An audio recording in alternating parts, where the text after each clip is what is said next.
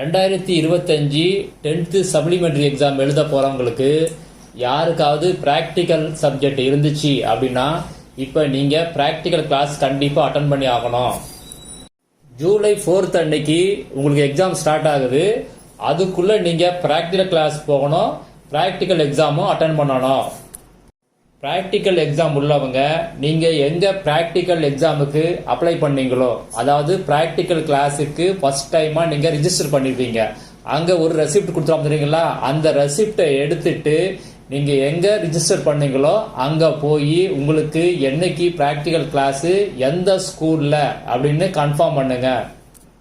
அவங்க எந்த ஸ்கூல் சொல்கிறாங்களோ அந்த ஸ்கூலை இமீடியட்டாக காண்டாக்ட் பண்ணி உங்களுக்கு என்னென்னைக்கு ப்ராக்டிக்கல் கிளாஸு அப்படின்னு முதல்ல கன்ஃபார்ம் பண்ணுங்க.